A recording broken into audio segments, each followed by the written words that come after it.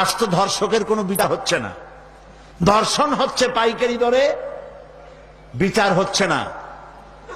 আইন এমন ভাবে ঘোরানো পেঁচানো, ধর্ষকগুলি খালাস পেয়ে যাচ্ছে।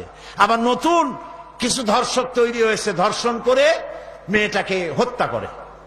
আযানিয়াতু ওয়াজ্জানি ফাজলিদু কুল্লা ওয়াহিদিন মিনহুমা মিআতা জালদা। আল্লাহ তাআলা বলেছেন জিনাকারের শাস্তি হচ্ছে 100 দৌড়া মারা এবং প্রাণদণ্ড দেওয়া। জিনাকারের শাস্তি প্রাণদণ্ড দাও। জিনা করেছে প্রমাণিত হয়েছে, অবিবাহিতা যদি হয় দৌড়া মারো, আর যদি বিবাহিতা হয় পাথর মারিয়া উড়ায় দাও। আজ তো ধর্ষকের কোনো বিচার হচ্ছে না, ধর্ষণ হচ্ছে পাইকারি দরে, বিচার হচ্ছে না। আইন এমন ভাবে ঘোরানো পেঁচানো, ধর্ষকগুলি খালাস পেয়ে যাচ্ছে। আবার নতুন কিছু ধর্ষক তৈরি হয়েছে, ধর্ষণ করে মেয়েটাকে হত্যা করে। নাউজুবিল্লাহ, বলেন নাউজুবিল্লাহ। এগুলো মানুষ না, এগুলো জানোয়ার।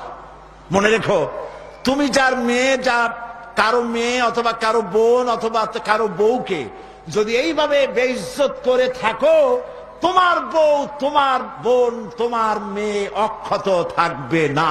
এই ধরনের তাদের উপরে ধর্ষণ হবে। বলেন নাউজুবিল্লাহ, বলেন নাউজুবিল্লাহ। অশ্লীলতার প্রচার প্রসার যত বেশি হবে, জেনা ব্যভিচার তত বেশি হবে, ঠিক কিনা? তারপরে ডিশ এন্টিনার মাধ্যমে হাবিজাবি ছবি এগুলি দেখানো বন্ধ করতে হবে। বিবাহ সহজ করুন, অশ্লীলতা বন্ধ করুন, জেনা ব্যভিচার ধর্ষণ এমনি কমে যাবে। আলহামদুলিল্লাহ বলে। এইস থেকে বাঁচতে পারে মানুষ কেবলমাত্র ধর্মীয় অনুশাসনের মাধ্যমে।